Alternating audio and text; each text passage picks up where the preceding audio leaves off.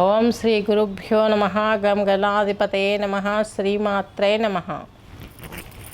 ఈరోజు మనము 2025 ఆగస్టు 2వ పక్షం అనగా 16 నుండి 31 వరకు ఎలా ఉంటుందో తెలుసుకుందాం. ముందుగా ఈ సంస్థలో యోగా చేయించడం, అలాగే యోగా ట్రైనింగ్ ఇవ్వడం, యోగా థెరపీ నేర్పించడం, ఇవన్నీ సర్టిఫికేషన్స్ ఇవ్వడం కూడా జరుగుతుంది.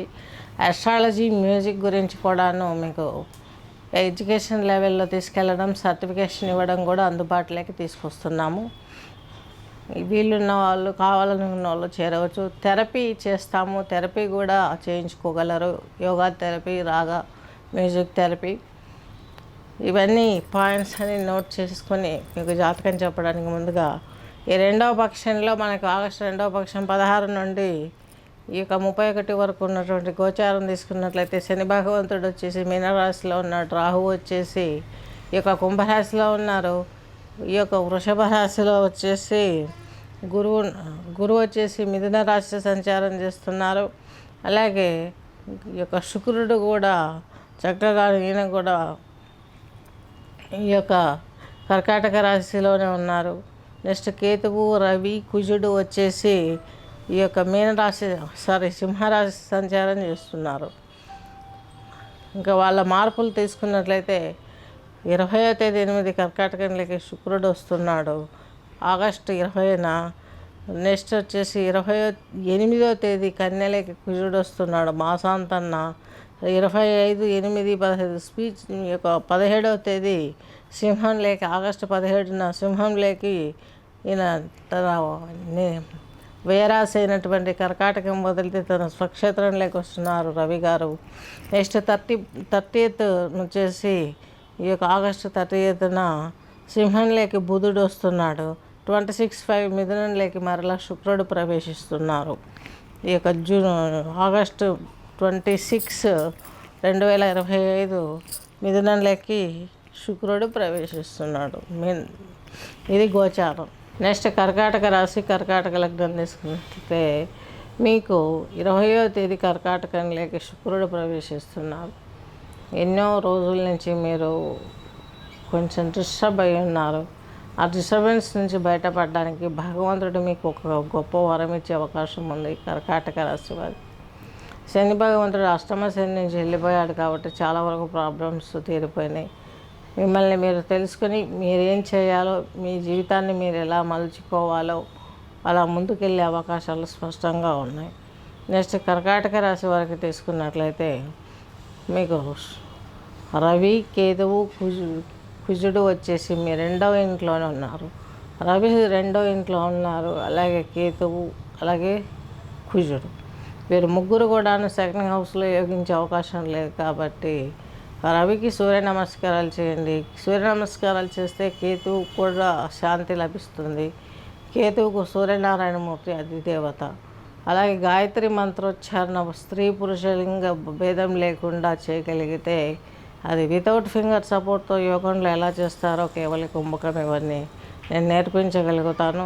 ఇంట్రెస్ట్ ఉన్న వాళ్ళు యోగా క్లాసులు, యోగా థెరపీలలోకి చేరగలరు. సర్టిఫికేషన్ కూడా ఇవ్వగలుగుతున్నాను. సో మీకు ఈ యొక్క కర్కాటక రాశి వారికి డిప్రెషన్ అనేది ఎక్కువ అవుతుంది. కారణం ఏంటంటే మీకు వ్యయస్థానంలోకి గురువు పడిపోయాడు. అది ఒక అందుకు మంచిదే. 6, 8, 6, 9వ ఇంటి అధిపతి టూర్స్కి వెళ్తారు. అలాగే ఒక గతంలో కొట్టిన దెబ్బ ఒకటి మిమ్మల్ని ఎప్పుడూ వెంటాడుతూ ఉంటుంది. ఆ భయం, భ్రాంతి, విరక్తి అనే పదాలు మిమ్మల్ని ఎటెటో తీసుకెళ్తూ ఉంటాయి. కానీ పరమాత్ముడు మీ అందున్నాడు. చక్కగా మీకు ఆయన ఆ యొక్క ఆశీస్సులతోటి మీరు ముందుకెళ్తారు. సకల కార్యాలలో మీదే విజయం అన్నట్టుగా భగవంతుడు మిమ్మల్ని ఆశీర్వదించి ముందుకు పంపించే అవకాశం చాలా స్పష్టంగా ఉంది.